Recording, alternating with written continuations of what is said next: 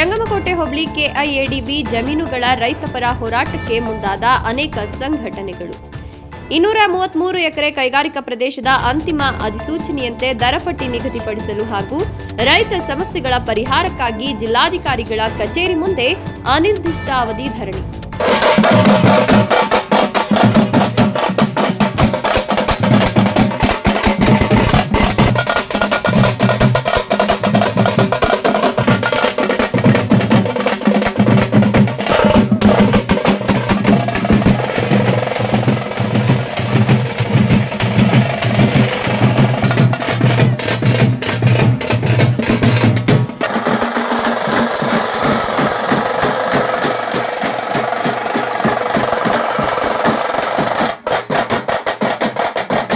ಶಿಡ್ಲಘಟ್ಟ ಕಾಂಗ್ರೆಸ್ ಮುಖಂಡ ರಾಜು ಗೌಡ್ರಿಗೆ ಎಚ್ಚರಿಕೆ ನೀಡಿದ ರೈತ ಮುಖಂಡ, ನೀವು ನಿಜವಾದ ಕಾಂಗ್ರೆಸ್ ಮುಖಂಡರಾಗಿದ್ದಲ್ಲಿ ನಮ್ಮ ಹೋರಾಟಕ್ಕೆ ಬಂದು ಬೆಂಬಲ ನೀಡಿ, ಇಲ್ಲವಾದಲ್ಲಿ ನೀವು ಕಾಂಗ್ರೆಸ್ಗೆ ಅನ್ಲಾಯಕ್ ಅಂತ ರೈತ ಮುಖಂಡ ಸುಬ್ರಹ್ಮಣಿ ಗುಡುಗಿದ್ದಾರೆ.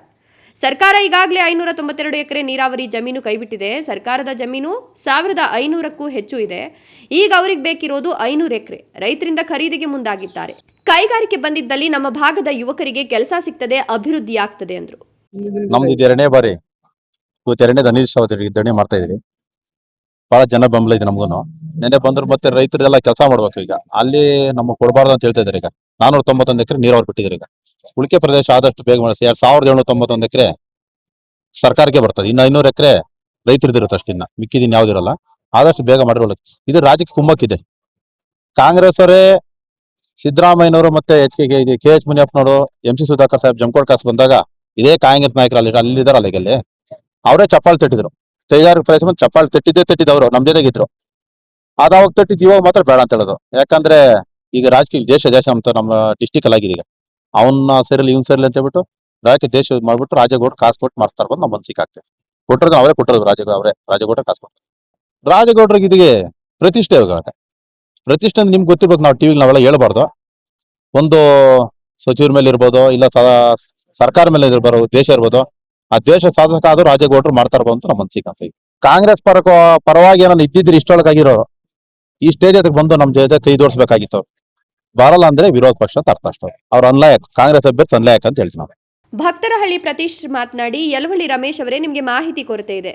ನೀವೇನು ನಮ್ಮ ವಿರೋಧದ ಹೋರಾಟದ ಕಡೆ ಭಾಷಣ ಮಾಡಿರೋದು ಸರಿಯಿಲ್ಲ. ನೀವು ಕಾಂಗ್ರೆಸ್ ಪಕ್ಷದಿಂದ ಜಿಲ್ಲಾ ಗ್ಯಾರಂಟಿಗಳ ಯೋಜನೆಗಳ ಅಧ್ಯಕ್ಷರಾಗಿದ್ದೀರಿ. ನಿಮಗೆ ಮಾಹಿತಿ ಕೊರತೆ ಇದ್ದಲ್ಲಿ ನಮ್ಮ ಹತ್ರ ಬನ್ನಿ, ಮಾಹಿತಿ ಕೊಡ್ತೇವೆ. ನೀವು ಸರ್ಕಾರದ ವಿರುದ್ಧ ಮಾತನಾಡೋದಾದ್ರೆ ಮೊದಲು ನೀವು ನಿಮ್ಮ ಕಾಂಗ್ರೆಸ್ ಪಕ್ಷ ನೀಡಿರುವ ಸ್ಥಾನಕ್ಕೆ ರಾಜೀನಾಮೆ ಕೊಟ್ಟು ಅವರ ಜೊತೆ ಹೋಗಿ. ನೀವು ರೈತರ ಪರ ಅಂತ ಹೇಳ್ತಿದ್ದೀರಿ. ಮತ್ತೆ ನಾವೆಲ್ಲ ಯಾರು? ನಾವು ಯಾರ ವಿರೋಧಿಗಳು ಅಲ್ಲ. ನಮ್ಮ ಭಾಗದ ಜನರಿಗೆ ಒಳ್ಳೆಯದಾಗ್ಲಿ ಅಂತ ಹೋರಾಟ ಮಾಡ್ತಿದ್ದೇವೆ. ಎಷ್ಟೊಂದು ಜನ ನಮ್ಮ ಜಿಲ್ಲೆಯಲ್ಲಿ ನಿರುದ್ಯೋಗಿಗಳು ಮನೆಯಲ್ಲಿದ್ದಾರೆ. ಅವರು ರೈತರ ಮಕ್ಕಳಲ್ವಾ? ಅವ್ರಿಗೆ ಕೆಲಸ ಬೇಡವಾ ಅಂತ ಆಕ್ರೋಶ ವ್ಯಕ್ತಪಡಿಸಿದ್ರು. ಕರ್ನಾಟಕ ರಾಜ್ಯ ಸರ್ಕಾರದ ಗ್ಯಾರಂಟಿ ಸಮಿತಿಯ ಅಧ್ಯಕ್ಷ ಯಲವಳ್ಳಿ ರಮೇಶ್ ಅಣ್ಣವರೇ, ತಮಗೆ ಮಾಹಿತಿಯ ಕೊರತೆ ಇದೆ. ಯಾಕಂದ್ರೆ ಇವತ್ತು ತಾವು ಸರ್ಕಾರದಲ್ಲಿ ಜಿಲ್ಲಾ ಅಧ್ಯಕ್ಷರಾಗಿದ್ದೀರಿ. ಗ್ಯಾರಂಟಿ ಸಮಿತಿಯಿಂದ ಸರ್ಕಾರ ಇರ್ತಕ್ಕಂಥದ್ದು ರಾಜ್ಯ ಮಟ್ಟದಲ್ಲಿ ಕಾಂಗ್ರೆಸ್. ಆದ್ರೆ ನೀವು ಬಂದು ಅಲ್ಲಿ ಏನು ಬೆಂಬಲವನ್ನ ಕೊಟ್ಟಿದ್ದೀರಿ, ನಾವು ಅದನ್ನ ಖಂಡಿಸ್ತೀವಿ. ಏನ್ ಅವತ್ತು ವೇದಿಕೆ ಎದುರು ಬಂದು ನಮ್ಗೆ ಭೂಮಿ ಪರವಾಗಿರ್ತೇವೆ ಅಂತ ಹೇಳಿ ಬೆಂಬಲ ಕೊಟ್ಟಿದ್ದಾರೆ. ಹಾಗಾಗಿ ಭೂಮಿ ಬೇಕು, ಆದ್ರೆ ನಿಮ್ಗೆ ಮಾಹಿತಿಯ ಕೊರತೆ ಇದೆ. ಮಾಹಿತಿ ಬೇಕಾಗಿದೆ, ನಮ್ಮ ವೇದಿಕೆ ಹತ್ರ ಬನ್ನಿ, ನಾವು ಕೊಡ್ತೀವಿ. ಇಲ್ಲಂದ್ರೆ ನೀವು ರಾಜೀನಾಮೆ ಕೊಟ್ಟು ನೀವು ಹೋಗಿ ವೇದಿಕೆ ಮೇಲೆ ಕೂತ್ಕೊಳ್ಳಿ. ನಮ್ಗೆ ಏನ್ ಯಾವುದೇ ರೀತಿ ಅಭ್ಯಂತರ ಇಲ್ಲ. ನೀವು ಸರ್ಕಾರದ ಒಂದು ಪ್ರತಿನಿಧಿಯಾಗಿ, ಸರ್ಕಾರದ ಅಂಗಸಂಸ್ಥೆಯಾಗಿ ನೀವು ವಿರೋಧ ಪಕ್ಷದವರು ಹೋಗಿ ಕೂತ್ಕೊಂಡು ರೈತನ್ನ ಬರ್ದೆಪ್ಸೋದು ನಿಮ್ಗೆ ಶೋಭೆ ಅಲ್ಲ. ರಮೇಶ್ ಅಣ್ಣ, ಇವತ್ತು ಸರ್ಕಾರದ ಸ್ಪಷ್ಟವಾಗಿ ಹೇಳ್ತಾ ಇದೀವಿ, 2823 ಎಕರೆಯಲ್ಲಿ 491 ಎಕರೆ ನೀರಾವರಿ ಪ್ರದೇಶ ಮಾನ್ಯ ಮುಖ್ಯಮಂತ್ರಿಗಳು ಗೌರವ ಸಿದ್ದರಾಮಯ್ಯ ಸರ್ಕಾರ ಕೈಬಿಟ್ಟಿದೆ. ನಾವು ರೈತರ ಪರ ಅಂತ ಹೇಳಿದ್ದಾರೆ. ಆದ್ರೆ ನಾವ್ ಯಾರು? ಇಲ್ಲಿ ಇವತ್ತು ಭೂಮಿ ಕೊಡ್ತಕ್ಕಂಥವ್ರು ಯಾಕೆ ನಮ್ಮ ಭೂಮಿ ಕೊಡ್ತಾ ಇದ್ದಾರೆ? ನಮ್ಮ ಮಕ್ಕಳ ಮುಂದಿನ ವಿದ್ಯಾಭ್ಯಾಸ, ನಮ್ಮ ಮಕ್ಕಳ ಮುಂದಿನ ನಿರುದ್ಯೋಗ ನಿವಾರಣೆ, ನಮ್ಮ ಜಮಕೋಟೆ ಅಭಿವೃದ್ಧಿ ಕಡೆ ಹೋಗ್ಬೇಕು. ಇವತ್ತು ಇಡೀ ಜಿಲ್ಲೆಯಲ್ಲಿ ಜಮಕೋಟೆ ಅಭಿವೃದ್ಧಿ ಕ್ಷೀಣಿಸ್ತಾ ಇದೆ. ಅಂತದ್ರಲ್ಲಿ ಏನೋ ಒಂದು ಅಭಿವೃದ್ಧಿ ಆಗಲಿ ಅನ್ನೋ ಒಂದು ದೂರದೃಷ್ಟಿಯಿಂದ ಇವತ್ತು ನಾವೆಲ್ಲ ಒಟ್ಟಾಗಿ 13 ಹಳ್ಳಿಗಳ ಸ್ವಾಭಿಮಾನ. ನಮ್ಗೆ ಯಾವ್ದೇ ರಾಜಕೀಯ ಪಕ್ಷಗಳ ಬೆಂಬಲ ಇಲ್ಲ, ಯಾವುದೇ ಬಿಲ್ಡರ್ಗಳ ಬೆಂಬಲ ಇಲ್ಲ. ಯಾಕಂದ್ರೆ ಎಲ್ಲಿ ಹಣ ಇರುತ್ತೋ, ಎಲ್ಲಿ ಬಿಲ್ಡರ್ ಇರ್ತದೋ ಅಲ್ಲಿ ವೇದಿಕೆ ಹತ್ರ ಬರ್ತಾರೆ. ಆದ್ರೆ ನಾವ್ ಯಾರು ಕೂಡ ಬಿಲ್ಡರ್ಗಳ ಪರ ಇಲ್ಲ. ನಾವು ಸ್ವಾಭಿಮಾನಿ ರೈತರಾಗಿ ಇವತ್ತು ಸ್ವಾಭಿಮಾನವಾಗಿ ಕುತ್ಕೊಂಡಿದ್ದೀವಿ. ಇವತ್ತು ನಮ್ಮ ಬೇಡಿಕೆ ಅಷ್ಟೇ. ಏನ್ ನೀವು ಇನ್ನ 2833 490 ಹೋದ್ರೆ ಇನ್ನ 2333 2333 ಅಲ್ಲಿ 1790 ಎಕರೆ ಸರ್ಕಾರದ ಅಧೀನದಲ್ಲಿದೆ.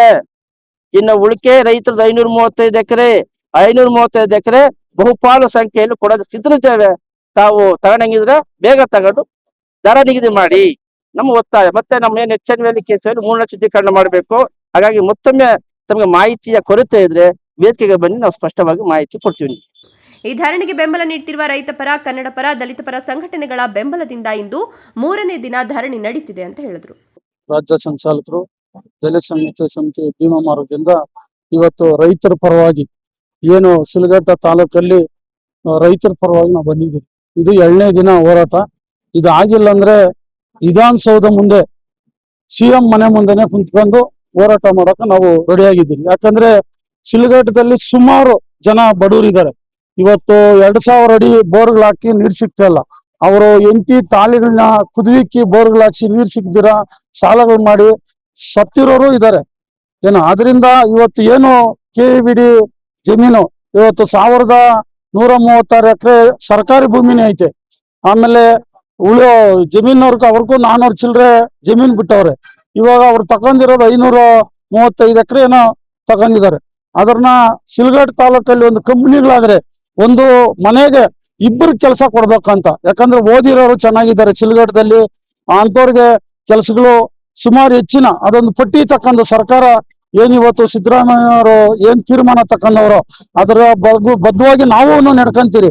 ಆದ್ರೆ ರೈತರಿಗೆ ಅನ್ಯಾಯ ಆದ್ರೆ ನಾವು ಬಿಡಲ್ಲ. ಯಾಕಂದ್ರೆ ನಾಳೆ ಫ್ಯಾಕ್ಟ್ರಿಗಳಾದ್ಮೇಲೆ ಎಲ್ಲೋ ಇರೋರ್ನ ತಕೊಂಬಂದು ಕೆಲ್ಸಗಳಿಗೆ ಸೇರ್ಸೋದು ಇದು ನಡಿಬಾರ್ದು. ಶಿಲ್ಘಟ್ಟ ತಾಲೂಕಲ್ಲಿ ನಮ್ಮ ಜನಾಂಗಕ್ಕೆ ಕೆಲ್ಸಗಳು ಸಿಕ್ಬೇಕು. ರೈತರಿಗೆ ಎಲ್ಲ ಒಂದು ಮನೆಗೆ 2 ಕೆಲ್ಸಗಳು ಕೊಡುವಂತ ಕೆಲ್ಸಗಳಾಗ್ಬೇಕು. ಅದನ್ನ ಆದಷ್ಟು ಬೇಗ ತೀರ್ಮಾನ ತಕೊಂಡು ಮಾಡಿದ್ರೆ ಎಲ್ಲರಿಗೂ ಒಳ್ಳೇದು ಅಂತ ನಾನು ಈ ಸಭೆನಲ್ಲಿ ಹೇಳ್ತಾ ಇದ್ದೀನಿ. ಇದು ಆಗಿಲ್ಲ ಅಂದ್ರೆ ಕೆಲವರು ಕುಂತಿರ್ಬೋದು ನಮ್ಗೆ ಜಮೀನ್ ಕೊಡಲ್ಲ ಅಂತೇಳಿ. ಅವರೆಲ್ಲ ಜಮೀನ್ ಇಲ್ದಿದ್ದವ್ರೆ ಬಂದ್ ಕುಂತಿರೋದಲ್ಲಿ. ಇಲ್ಲೆಲ್ಲ ಸುಮಾರು ನೀರಾವರಿ ಇಲ್ದಿದ್ದವ್ರೆ ಜಮೀನುಗಳೆಲ್ಲ ಕೊಡಕ್ ರೆಡಿ ಆಗಿರೋದು. ನೀರಾವರಿ ಜಮೀನುಗಳು ಬಿಟ್ಟಿದ್ದಾರೆ ಅವರು. ಅದರಿಂದ ಇದನ್ನ ಆಗಷ್ಟು ಬೇಗ ಸಿದ್ದರಾಮಯ್ಯನವರು, DK ಶಿವಕುಮಾರ್ ಅವರು ತೀರ್ಮಾನ ತಕೊಂಡು ಜಲ್ದಿ ಇದನ್ನ ಬಗೆಹರಿಸ್ಕೊಟ್ರೆ ನಮಗೂ ಒಳ್ಳೇದು, ಶಿಲ್ಘಟ್ಟ ತಾಲೂಕ ರೈತರಿಗೆ ಎಲ್ರಿಗೂ ಒಳ್ಳೇದು ಅಂತ ಹೇಳ್ತಾ ಏನಿವತ್ತು ನಾವು ಭೀಮಾ ಮಾರ್ಗದಿಂದ ಇವತ್ತು ಬಂದಿದ್ದೀರಿ. ಇದು ಮುಂದಿನ ದಿನಗಳಲ್ಲಿ ಬೇಗ ಆಗಿಲ್ಲ ಅಂದ್ರೆ ನಾವು CM ಮನೆ ಮುಂದೆ ಕುಂತ್ಕೊಳಕ್ ನಾವು ರೆಡಿ ಇದ್ದೀರಿ ಅಂತ ಹೇಳ್ತಾ ನಾನು ಮಾತು ಮುಗಿಸ್ತೀನಿ. ಜೈ ಭೀಮ್. ಜಂಗಮಕೋಟೆ 13ಹಳ್ಳಿ ಏನು ಮಾಡ್ಬೇಕು ಅನ್ನೋ ಒಂದು ಉದ್ದೇಶ ಇಟ್ಕೊಂಡು ನಾವು ಇವತ್ತು ಇಲ್ಲಿ ಕಚೇರಿ ಮುಂದೆ ಧರಣಿ ಮಾಡ್ತಾ ಇದೀವಿ. ಯಾಕೆ ವಿಳಂಬ ಮಾಡ್ತಾ ಇದಾರೆ? 2ನೇ ವಿಚಾರ ಬಂದ್ಬಿಟ್ಟು, ಈಗಾಗಲೇ ಸರ್ಕಾರ ನಿರ್ಧಾರ ತಗೊಂಡಂಗೆ ಕೃಷಿ ಭೂಮಿಯನ್ನ 400 ಎಕರೆ ಚಿಲ್ಲರೆ ಕೃಷಿ ಭೂಮಿಯನ್ನ ಬಿಟ್ಕೊಟ್ಟಿದೆ. ಆಮೇಲೆ ಈಗ ಉದ್ದೇಶಪೂರ್ವಕವಾಗಿ ಅದನ್ನ ತಡೆಯುವಂತ ಪ್ರಯತ್ನಗಳು, ತಂತ್ರಗಳು ನಡೀತಾ ಇದಾವೆ. ಅದನ್ನ ಫಸ್ಟ್ ನಿಲ್ಲಿಸ್ಬೇಕು. ಸರ್ಕಾರ ಆದಷ್ಟು ಬೇಗ ರೈತರಿಗೆ 3 ರಿಂದ 4 ಕೋಟಿ ಪರಿಹಾರವನ್ನು ಕೊಟ್ಟು, ಮನೆಗೆ ಒಬ್ಬರಿಗೆ ಉದ್ಯೋಗವನ್ನು ಕೊಟ್ಟು, ಆದಷ್ಟು ತ್ವರಿತವಾಗಿ ಕೈಗಾರಿಕಾ ವಲಯವನ್ನು ಸ್ಥಾಪನೆ ಮಾಡ್ಬೇಕು ಅನ್ನೋದು ನಮ್ಮ ಉದ್ದೇಶ. ಇದರಲ್ಲಿ ನಾವು ಯಾವುದೇ ರೀತಿಯ ರೈತರ ಜಮೀನನ್ನ ಕಬಳಿಸ್ಕೊಳ್ಳೋದಾಗ್ಲಿ, ಅಲ್ಲಿ ಸರ್ಕಾರದ ಜಮೀನುಗಳನ್ನ ಕಬಳಿಸ್ಕೊಳ್ಳೋ ಉದ್ದೇಶ ಇಟ್ಕೊಂಡು ಇಲ್ಲಿ ಯಾರು ಬಂದಿಲ್ಲ. ಜನರ ಹಿತದೃಷ್ಟಿಯಿಂದ ಮುಂದಿನ ಪೀಳಿಗೆಗೆ ನಾವೆಲ್ಲ ಈಗ ಏನು ರೈತರು ಯಾರೆಲ್ಲ ಕೆಲವರೆಲ್ಲ ಬರಡು ಭೂಮಿ ಅಂತ ಏನಿದೆ ಅಲ್ಲಿ ನೀರಾವರಿ ಇಲ್ಲ ಕೆಲವು ಜಾಗಗಳಲ್ಲಿ. ಅಂತ ಜಾಗಗಳು ಕೊಡುವಂತವ್ರು ಪಾಪ ರೆಡಿ ಇದ್ದಾರೆ. ಅಂತವ್ರಿಗೆ ನಾವು ಸಾಥ್ ಕೊಡ್ತಾ ಇದೀವಿ. ಸಾಧ್ಯವಾದ್ರೆ ನೀವು ನಮ್ಮ ಬೆನ್ನೆಲುಬಾಗಿ ನಿಂತ್ಕೊಬೇಕು. ಇಲ್ಲವಾದ್ರೆ ಮನೆಯಲ್ಲಿ ತಟಸ್ಥವಾಗಿರಿ. ಯಾರೋ ಲೇಔಟ್ ಉದ್ಯಮಿಗಳಿಗೆ ಪರವಾಗಿ ನೀವು ನಿಂತ್ಕೊಂಡು ಇವತ್ತು ದಂಗೆ ಎಬ್ಸುವಂತ ಕೆಲಸವನ್ನ, ತಾಲೂಕಿನಲ್ಲಿ ಗೊಂದಲ ಮಾಡುವಂತ ಕೆಲಸವನ್ನ ದಯವಿಟ್ಟು ತಾವ್ಯಾರು ಹಿರಿಯರು ಮಾಡಕ್ ಹೋಗ್ಬಿಡಿ.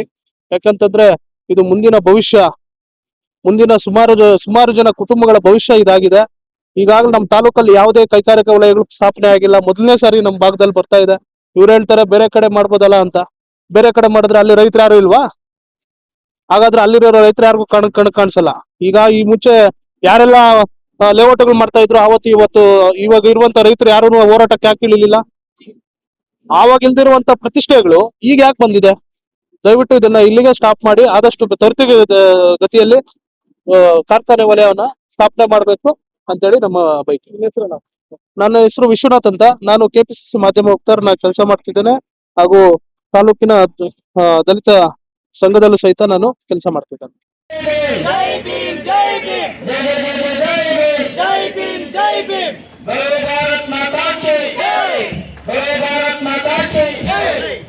ಜಂಗಾಲಹಳ್ಳಿ ಅಶ್ವಥ್, ಪವನ್ ನ್ಯೂಸ್ 1 ಚಿಕ್ಕಬಳ್ಳಾಪುರ.